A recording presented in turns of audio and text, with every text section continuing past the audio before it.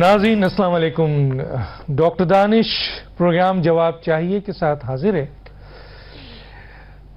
Programme جو مین ہمارا ہے اس پہ جو اسٹارٹ آج D G I S P R نے جو چند امپورٹنٹ چیز کہی ہے اس کو کوٹ کرنا ضروری ہے، پھر ہم اپنے اہم پروگرام کی طرف آئیں گے. D G I S P R نے کہا کہ پاکستان نے بھارت کی 20 سالہ اسٹیٹ اسپانسرڈ دہشت گردی کی تفصیلات دنیا کے سامنے پیش کر دی. بھارت آپریشن سندور میں بری طرح ناکام ہوا اور اب بھارت دہشت گرد پراکسیز کو بلوچستان میں دہشت گردی کی مزید کارروائیوں کا حکم دیا ہے. یعنی اب پراکسی کے ذریعے وہ پاکستان سے جنگ لڑنا چاہتا ہے. حکومت پاکستان ان نیٹ ورکس کو ختم کرے گی، ذمہ داروں کو انصاف کے کٹہرے میں لایا جائے گا، دہشت گردی کی ان کارروائیوں پر سخت ایکشن ہوگا. فتنۃ الہندوستان نے اب سافٹ ٹارگٹ پر حملے شروع کر دیے. آج کی یہ D G I S P R کا کرک تھا. ہمارے آج کے اہم ترین پروگرام کی طرف کہ پاکستان میں حالیہ جو جنگ افواج پاکستان نے بحیثیت ایک منظم اور مضبوط ادارے کے طور پر اپنی عسکری برتری کو اپنے سے زیادہ بڑے طاقتور دشمن کے سامنے اللہ کی مدد اور عوام کی سپورٹ سے ثابت کر دیا. اب کیا ہونا ہے؟ کیونکہ عسکری یعنی فوج نے اپنے ادارے کو پاکستان کے 77 سال کے اس عرصے میں جہاں بہت سی خرابیاں موجود ہیں، قانون، میرٹ، جسٹس، ہر قسم کی کمی کی موجودگی، پولیٹیسائز انسٹیٹیوشن، فوج کو انہوں نے میرٹ پہ منظم رکھا اور آج ایک ادارہ، مضبوط ادارہ، پروفیشنل ادارہ جس نے ایک کمزور حکومت اور ایک کمزور معیشت کے ساتھ اپنے سے زیادہ طاقتور دشمن کو بری طرح شکست دے دی. اب کیا ذمہ داری ہے؟ اب ذمہ داری ہے پاکستان کو معاشی اور جمہوری طاقت بنایا جائے. یہ ذمہ داری عسکری قیادت کی تو نہیں ہے. یقیناً یہ ذمہ داری سیاسی قائدین اور سیاسی جماعتوں کی ہے. اور اب سیاسی قائدین کی ذمہ داری ہے کہ وہ ملک کے ادارے کو مضبوط کریں، یعنی پارلیمنٹ کو مضبوط کریں، الیکشن کمیشن کو مضبوط کریں اور احتسابی ادارے کو مضبوط کریں. انسٹیٹیوشن کی مضبوطی آپ کے سامنے ہے. اب سیاسی قائدین کی بھاری ذمہ داری ہے کہ ملک میں سیاسی استحکام لائیں. اب ملک میں سیاسی اور عسکری دونوں کی ذمہ داری ہے کہ دہشت گردی کا خاتمہ کیا جائے. عسکری قیادت کی آج کی پریس کانفرنس تو اس بات کی غمازی کر رہی ہے. اب یقیناً ایک بہترین حکمت عملی حکومت یا سیاسی قائدین کی طرف سے آنی چاہیے. قانون، میرٹ اور آئین کی مکمل پاسداری ہونی چاہیے اداروں میں. اب سیاسی قائدین کی ضرورت ہے کہ ملک میں نفرت اور انتقامی سیاست، سیاسی مفادات کے بجائے ملک کے عوامی مفادات کا خیال رکھا جائے. ناظرین ایشوز پہ بات کریں گے. ہمارے ساتھ جو مہمان ہیں آئے ان کا کراتے ہیں. میرے ساتھ ہیں ڈاکٹر نثار احمد جٹ صاحب، رہنما پی ٹی آئی رکن قومی اسمبلی. آپ کا بہت شکریہ سر، آپ نے ہمیں جوائن کیا. میرے ساتھ ہیں ڈاکٹر شرمیلا فاروقی صاحب، رہنما پیپلز پارٹی رکن قومی اسمبلی. آپ کا ہی بہت شکریہ، آپ نے ہمیں جوائن کیا. چودھری جعفر اقبال صاحب بھی اب ہمارے ساتھ لائن پہ ہیں، سابق وزیر مملکت، سینئر رہنما مسلم لیگ نون. آپ کا بہت شکریہ سر، آپ نے ہمیں جوائن کیا. میں حکومت وقت کی طرف پہلے آ جاتا ہوں. چودھری جعفر اقبال صاحب، میں آپ کی طرف آ جاتا ہوں. پاک فوج نے یا عسکری قیادت نے ایک منظم اور مضبوط ادارے، انسٹیٹیوشن فوج کی برتری تو پوری دنیا پر واضح کر دی ہے. اب بہت بھاری ذمہ داری ہے سیاسی قائدین کی کہ وہ بھی اپنی ذمہ داری پوری کریں اور پاکستان کو معاشی طاقت بنائیں، جمہوری طاقت بنائیں، ادارے کو مضبوط کریں، پارلیمنٹ کی اہمیت ہو، عدلیہ انصاف اور قانون کے لحاظ سے نمبر 1 ہو، اور احتسابی ادارے بلا جواز بلا امتیاز احتساب کا عمل شروع کریں۔ کیا کہتے ہیں چودھری جعفر صاحب؟ بسم اللہ الرحمن الرحیم۔ بہت شکریہ ڈاکٹر صاحب، آپ کے توسط سے ڈاکٹر نثار جٹ صاحب اور شرمیلا فاروقی صاحبہ کو سلام پہنچے، اور پاکستان بھر میں اور دنیا بھر میں سننے والے پاکستانیوں کو بھی میرا سلام پہنچے۔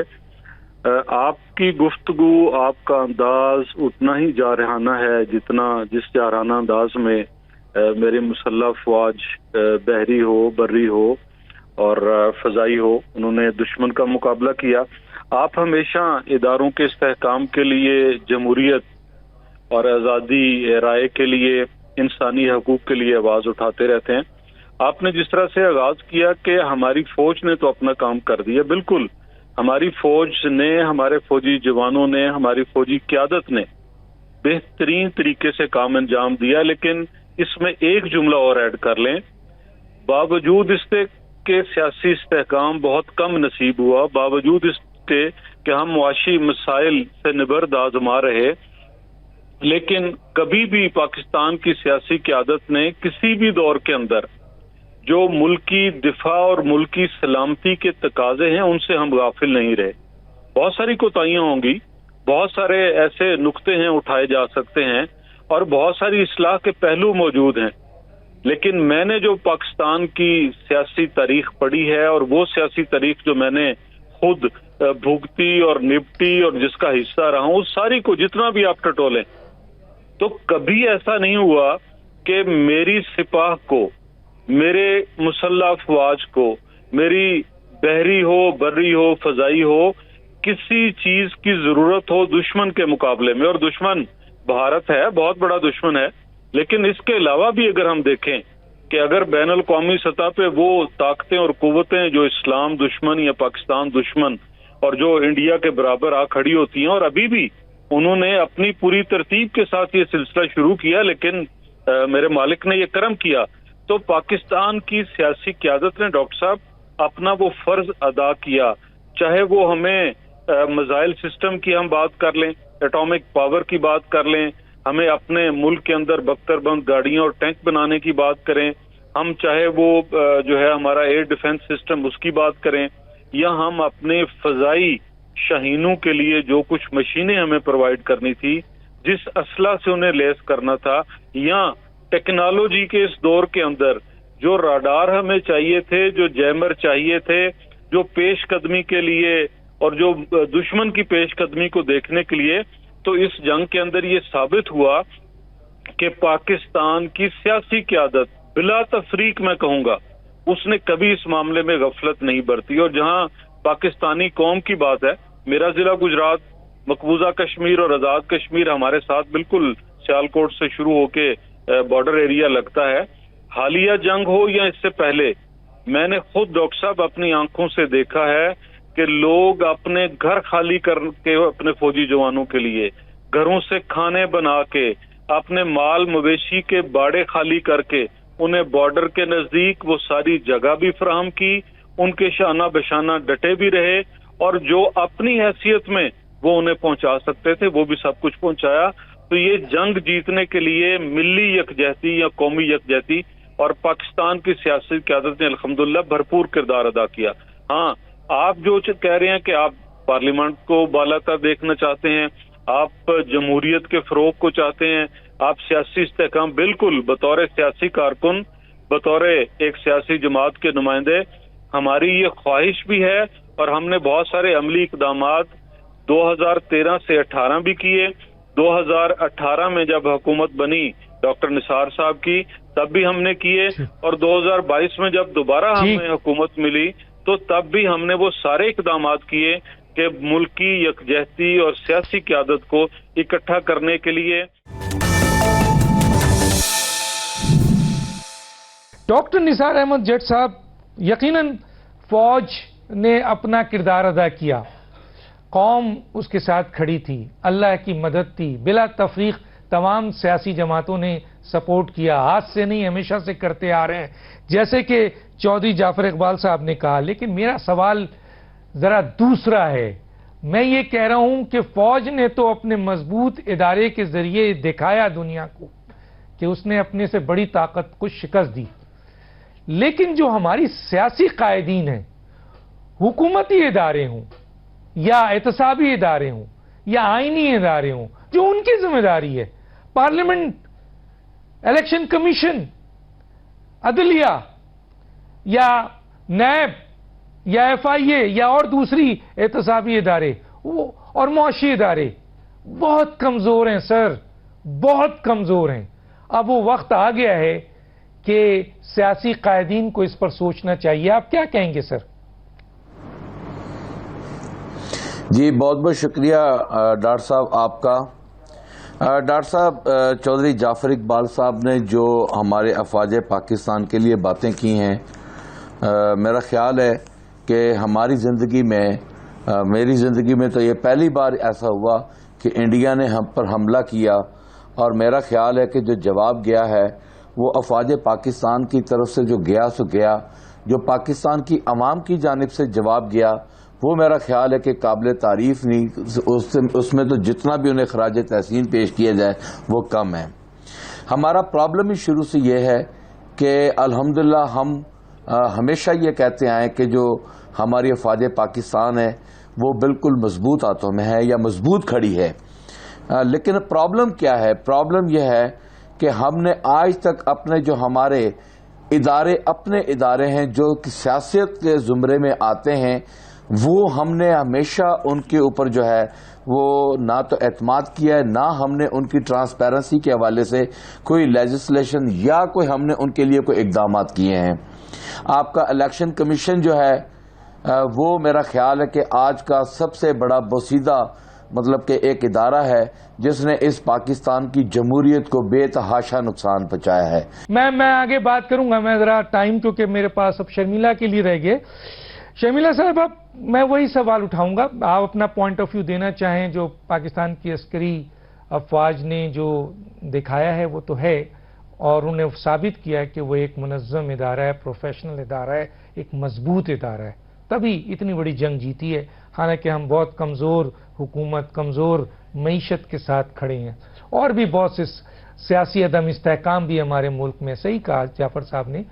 ان چیزوں کے باوجود لیکن اب وقت آ گیا ہے، عسکری قیادت نے تو اپنی برتری ہمیں دنیا کو دکھا دی، اب وقت آ گیا ہے کہ تمام سیاسی پولیٹیکل فورسز، قائدین معیشت کی مضبوطی کے لیے، دہشت گردی کے خاتمے کے لیے، جمہوری نظام کی مضبوطی کے لیے، اور جمہوری اداروں کی، ادارے آپ سمجھتی ہیں سب کو، کہ ان اداروں کی مضبوطی کے لیے اب بیٹھیں اور کچھ کام کریں، ملکی مفاد میں، اپنے ذاتی مفاد میں نہیں، سیاسی مفاد میں نہیں۔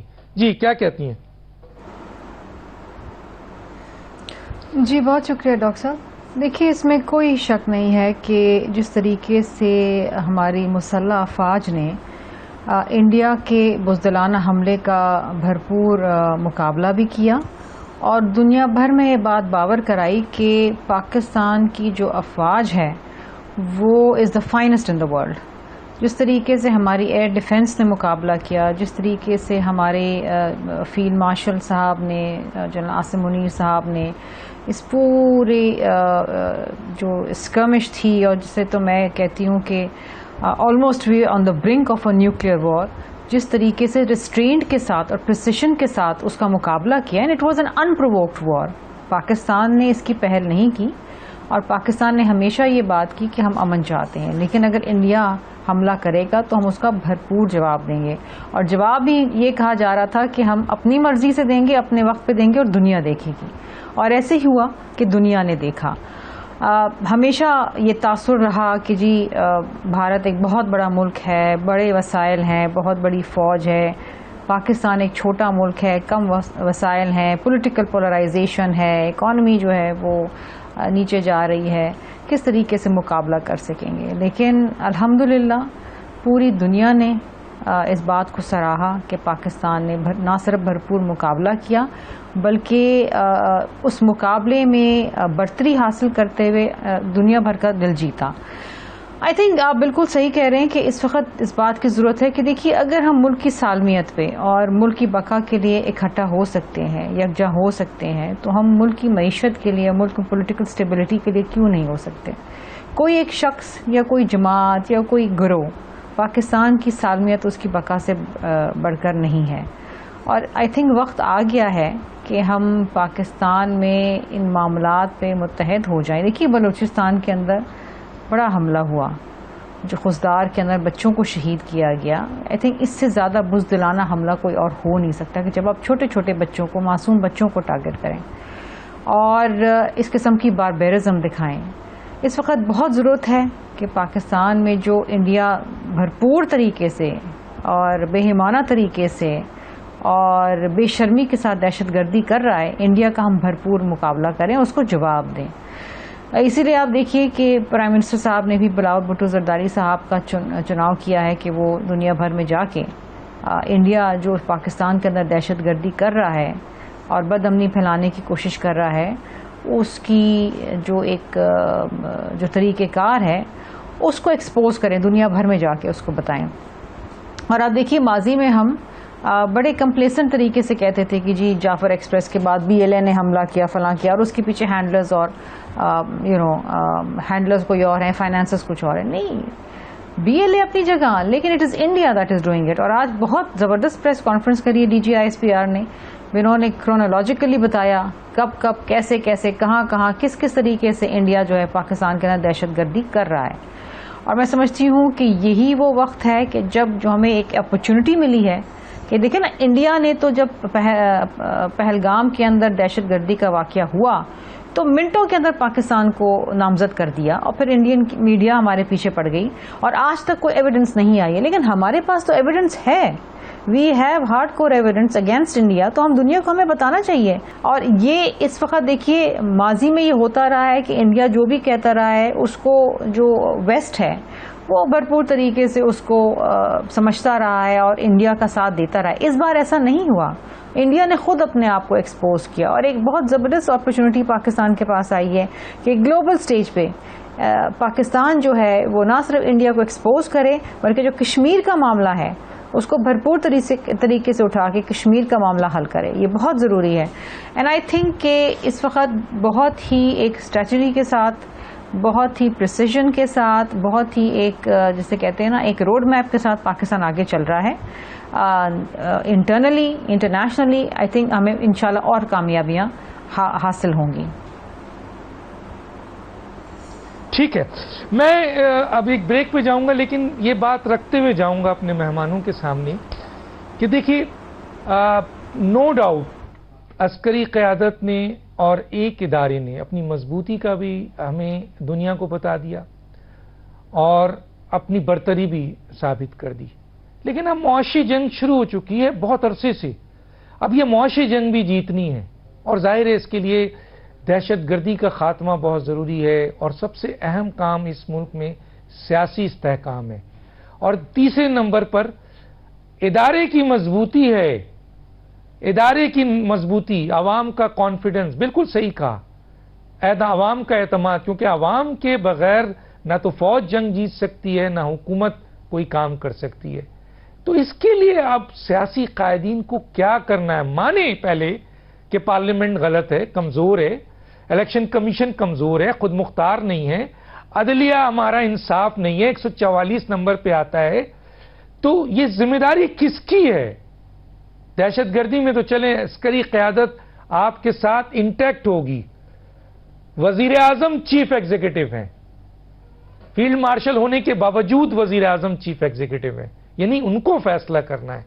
تو آج میں اپنے پروگرام کے ذریعے آپ سے یہ پوچھنا چاہوں گا کہ اس سیاسی استحکام کے لیے، معاشی برتری کے لیے، جمہوری نظام کی مضبوطی کے لیے اور ان اداروں کی جو بہت اہم ادارے ہیں ان کی مضبوطی کے لیے سیاسی قائدین کو کیا کرنا چاہیے؟ ایک چھوٹا سا بریک، پھر واپس آتے ہیں.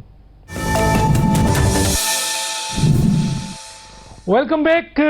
جی جعفر چودھری جعفر اقبال صاحب، آپ کیونکہ حکومت ہیں اس وقت، مین حکومت آپ ہیں، پوری کابینہ آپ کی ہے، تو یہ سب سے پہلے میں آپ سے پوچھنا چاہوں گا سر کہ ملک کی بہتری کے لیے سیاسی جماعتوں، سیاسی قائدین اور خاص طور پہ حکومت کا کیا کردار اب ہونا چاہیے تاکہ ہم معاشی طاقت بھی بنیں، دہشت گردی کا خاتمہ بھی ہو، ادارے مضبوط بھی ہوں اور سیاسی استحکام بھی ہو؟ جی سر. جی بہت شکریہ ڈاکٹر صاحب. دو الفاظ آپ کے، نیم حکومت اور کمزور حکومت. نہ نیم حکومت ہے نہ کمزور حکومت ہے. جو حکومتی سطح پہ جتنا بھی کام، چاہے وہ خارجہ امور پہ، سفارتی محاذ پہ ہو، جنگ سے پہلے، جنگ کے دوران اور جنگ کے بعد، اس حکومت کی کولیشن پارٹیز نے اپنا لوہا منوایا. جہاں بات چیت کرنی پڑی، جہاں قائل کرنا پڑا، پاکستان کا موقف بین الاقوامی سطح پہ بیان کرنا پڑا، اور جن لوگوں کو ساتھ ملانا پڑا. اور آپ نے دیکھا کہ ہر شخص آج بین الاقوامی سطح پہ، پڑھ لیجئے، اٹھا لیجئے کسی بھی اخبار، کسی تجزیے، کسی چیز کو، لوگ مانیں گے کہ ہاں سفارتی محاذ پر کامیاب رہا پاکستان. بات ذرا تلخ ہے لیکن سننی پڑے گی. اور 2013 سے پہلے، 2008 سے، اگر 2008 سے بھی شروع ہو جائیں تو پیپلز پارٹی کی قیادت اور مسلم لیگ نون کی قیادت منیمم ایجنڈے پہ اکٹھی ہوتی رہی اور منیمم ایجنڈے کے اوپر کنسنسس ڈیولپ کرتی رہی، اور ساتھ باقی جماعتوں کو بھی لے کر چلتی رہی سیاسی استحکام کے لیے. اور بہت سارے سنگ میل ہم نے عبور کیے اور بہت سارا سفر طے کیا. وہ جمہوریت کی کامیابی ہو، پارلیمان کی مضبوطی ہو، معیشت کی مضبوطی ہو، یا سیاسی ماحول کے اندر ٹیمپریچر کو سیاستدانوں کے درمیان کم کر کے مثبت اور مدلل جو معاملہ گفتگو ہے اس کو سامنے لایا جائے، اور ان ایجنڈوں پہ اور ان چیزوں پہ جو ہماری ملکی سلامتی، سیاسی استحکام کے لیے ضروری ہیں اور پارلیمان کی مضبوطی کے لیے، ان کے لیے ہم اکٹھے ہوں. 18ویں ترمیم کی بات کریں، ایک دوسرے کی حکومتوں کو آگے چلنے دینے کی بات کریں، مؤثر اپوزیشن کا رول ادا کرنے کی بات کریں، پارلیمان کی کمیٹیوں کے اندر شراکت اور اپنا وہاں نقطہ نظر بیان کرنے اور مل کر فیصلے کرنے کی. اور 2013 میں تو کمال طریقے سے میاں نواز شریف صاحب نے پارلیمان کی کمیٹی بنائی جسے کو چیئر کرتے تھے جناب اسپیکر اور جناب چیئرمین سینٹ، اور وہاں پہ بیٹھ کے یمن فوج نہ بھیجنے کا فیصلہ ہو، سی پیک کے جو روٹ ہیں جن پہ بہت سارے لوگوں کو اختلاف تھا وہ طے کرنے کی بات ہو، الیکٹورل ریفارمز کی بات ہو، سو بہت سارے وہ فیصلے ہیں جو وہاں کنسنسس سے ہوئے، اور ساری سیاسی لاٹ جو اسمبلی کے اندر موجود تھی وہ شامل رہی. اسی طرح جب دوبارہ 2018 کے اندر حکومت عمران خان صاحب کی ملی، پھر بات ہوئی، اور پھر اسی اپوزیشن کے بینچز سے یہ صدا آئی کہ جی میثاق معیشت کریں، مل بیٹھیں، منیمم ایجنڈا طے کریں کہ جس کے اوپر ہم متفق ہوں اس کو آگے لے کے چلیں. لیکن 2000 سے 2018 تک، 2013 سے 18 تک کوئی ایک پارلیمانی رہنماؤں کی میٹنگ نہیں جس میں جناب عمران خان صاحب نے شرکت کی ہو. اور 2022 تک، 2018 سے 22 تک کوئی ایک میٹنگ ملکی سلامتی کے لیے، جب ہم نے انڈیا کا جہاز مار گرایا تب بھی جناب وزیر اعظم عمران خان صاحب وزیر اعظم چیمبر میں چند میٹر کے فاصلے پہ بیٹھے رہے، لیکن اس میٹنگ کے اندر تشریف لانے کی زحمت نہیں کی. کورونا کے اندر سیاسی رہنما اکٹھے ہوئے، مل بیٹھ کے بات کریں، عمران خان صاحب اپنی گفتگو کر کے چل دیے، اور باقی لوگوں کی نہ بات سننے کا حوصلہ نہ ساتھ بٹھانے کا حوصلہ. تو سیاسی قیادت جب تک، میرا کہنے کا مقصد یہ ہے، جب تک سیاسی قیادت مل نہیں بیٹھے گی.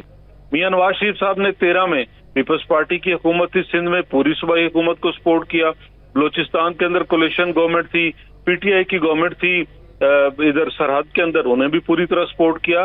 تو جب تک آپ لیڈرشپ کا مظاہرہ ایسا نہیں کریں گے اور سیاستدان کسی بھی سوچ کا حامل ہو، کسی بھی نقطہ نظر کا حامل ہو، لیکن جب پارلیمان ایسا فورم موجود ہے جہاں ہم نے کنسنسس ڈیولپ کر سکتے ہیں، جب تک وہ نہیں کریں گے نہ سیاسی استحکام آئے گا، نہ معاشی استحکام آئے گا، اور نہ آپ کے ادارے مضبوط ہوں گے. بہت صحیح ہے، بہت ضروری ہے.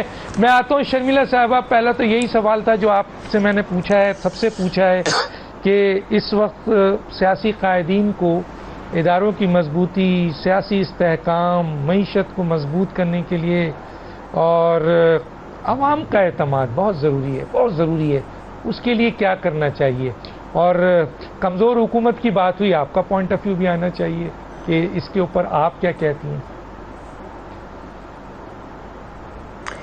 دیکھیے ڈاکٹر صاحب، اس میں تو کوئی دو رائے نہیں ہے کہ اس وقت پوری جو قوم ہے اپنی مسلح افواج کے ساتھ کھڑی ہے. اور میں نے وہ وقت بھی دیکھا کہ جس وقت انڈیا ہم پہ حملہ کر رہا تھا اور ہم انتظار کر رہے تھے کہ ہماری جو دفاع ہے وہ کس طریقے سے اس کا جواب دے گی، اور جب جواب دیا تو ہمیں فخر ہوئی اس بات پہ کہ جس طریقے سے ہماری مسلح افواج نے ایک بھرپور طریقے سے انڈیا کو جواب دیا اور اس کو شکست دی. I think we are all proud Pakistanis today, اور ہمیں فخر ہے اپنی اس فوج کے اوپر. اس وقت میرے خیال ہے اگر کوئی ایک شخص یا دو شخص یا چند ایک لوگ اگر اپنی انا کی خاطر یا اپنی ذاتی مفاد کی خاطر یا سیاست کی خاطر فار واٹ ایور ریزن اگر ان پہ تنقید کرتے بھی ہیں تو ریئلی ڈزنٹ میٹر. اس ملک میں 25 کروڑ عوام ہے اور 25 کروڑ عوام جو ہے وہ اپنی فوج کے ساتھ کھڑی ہوئی ہے. لیکن بات یہ ہے کہ دیکھیے بالکل اس میں کوئی دو رائے نہیں ہے کہ ایک حکومت اس وقت تک مضبوط نہیں ہوتی جب تک اس کی معیشت مضبوط نہیں ہوتی. ہم آج بھی آئی ایم ایف کے مقروض ہیں نا. آج بھی جب ہم بجٹ بنانے جا رہے ہیں اور دوسرا بجٹ ہے تو ہم آئی ایم ایف کی شرائط پہ بنا رہے ہیں. جو ریلیف ہم عوام کو دینا چاہتے ہیں ہمارے ہاتھ بندھے ہوئے وہ ریلیف ہم نہیں دے پا رہے ہیں.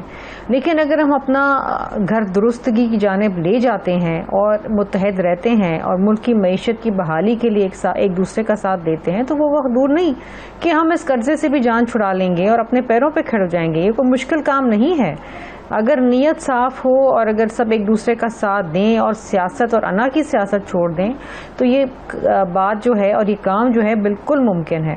اچھا شرمیلا، ایک پاکستان پیپلز پارٹی ایک کلیم ہمیشہ کرتی آئی ہے، خاص طور پہ زرداری صاحب یہ جملہ کہتے ہیں، بلاول صاحب بھی کہتے ہیں کہ ہماری حکومت میں کوئی سیاسی قیدی نہیں تھا، ہم نے سیاسی انتقام نہیں کیا، حالانکہ بہت سارے ہمارے ساتھ ظلم ہوئے. آپ مانتی ہیں آج کی جو موجودہ حکومت ہے اس میں سیاسی انتقام سامنے نظر آ رہا ہے، سیاسی قائدین بھرے ہوئے ہیں، عوام اور لوگوں کے ساتھ جو سلوک ہو رہا ہے وہ قانون، آئین اور میرٹ پہ نہیں ہو رہا ہے، ایک طرح سے سیاسی جو ہے وہ انتقامی کارروائی ہو رہی ہے، کیا کہیں گی؟ دیکھیں میں سمجھتی ہوں کہ ہماری عدلیہ کے اندر ایک اوور آل ہونا چاہیے، ایک سیلف اکاؤنٹیبلٹی ہونی چاہیے. دیکھیے جو مقدمات ہیں اس کے اوپر تو میں کمنٹ نہیں کروں گی، میرٹ پہ ہیں میرٹ پہ نہیں ہے، جو بھی ہے توشہ خانہ خیز کیس آپ کے سامنے ہے، فارن فنڈنگ کا کیس آپ کے سامنے، یہ ان کی خود کی کوتاہیاں ہیں. لیکن اس کے اوپر عدالتوں کو جلد فیصلہ کرنا چاہیے. یہ نہیں ہو سکتا کہ آپ کسی کو سالہ سال جیل میں رکھیں. ارریلیونٹ، میں یہاں پر کسی ایک شخص یا شخصیت کی بات نہیں کر رہی، لیکن آپ کو انصاف ہوتے ہوئے نظر آنا چاہیے. Justice should be seen to be done. Noor Mukadam case آپ کو یاد ہوگا کتنے سالوں بعد جا کے اب سپریم کورٹ سے فائنلی وہ فیصلہ جو ہے وہ آیا ہے. ابھی بھی کافی وقت لگتا ہے جب تک اس پہ عملداری ہو. لیکن بات یہ ہے کہ آپ مقدمات چلائیں، میرٹ پہ چلائیں اور عدالتیں دیکھیں، اس بات کو باور کرائیں کہ جی مقدمہ چلائیں، سزا دیں، جزا دیں، یہ ان کا فیصلہ ہے، ہمارا فیصلہ نہیں ہے.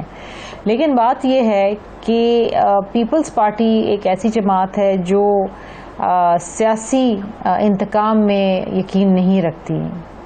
ہم نے ہمارے دور میں دیکھیں کسی کو پکڑ کے جیل میں بند کر دینا، جو آپ پہ تنقید کرے، وہ تو بہت آسان بات ہے. پی ٹی آئی کے دور میں تو کسی کو چھوڑا نہیں، چاہے وہ سیاستدان ہو، جج ہو، صحافی ہو یا کوئی بزنس مین ہو، سول سوسائٹی کا کوئی نمائندہ ہو. آپ آواز لگاتے تھے اور آپ جیل میں ہوتے تھے. اور پھر شام میں بیٹھ کے مزاحیہ خیز پریس کانفرنسز ہوتی تھیں، شہباز گل سارے بیٹھ جاتے تھے لوگوں کی تضحیق کرنے کے لیے.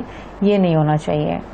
اور اس وقت میں سمجھتی ہوں کہ جو بھی مقدمات ہیں صرف سیاسی لوگوں کے نہیں، باقی بھی ان کو آپ چلائیں، میرٹ پہ چلائیں اور ان میں فیصلے دیں. لوگ پریشان ہیں اس ملک میں. آپ کے جرگا سسٹم، ایک پیرل جسٹس سسٹم آ گیا اس لیے کیونکہ لوگ پریشان ہیں. آپ کا جو فارمل جسٹس سسٹم ہے وہ ڈیلیور نہیں کر پا رہا. سالہ سال مقدمے چلتے ہیں اور ان کے فیصلے نہیں آتے. لوگ کہتے تھے جرگے میں فیصلہ کر لو، نہ وکیل کرنا پڑے گا، فیصلہ ہو جائے گا، جان چھوٹ جائے گی. یہ ایک الارمنگ سچویشن ہے. وقت ختم ہو جاتا ہے ناظرین. ڈاکٹر دانش کو یاد دیجیے. اللہ حافظ.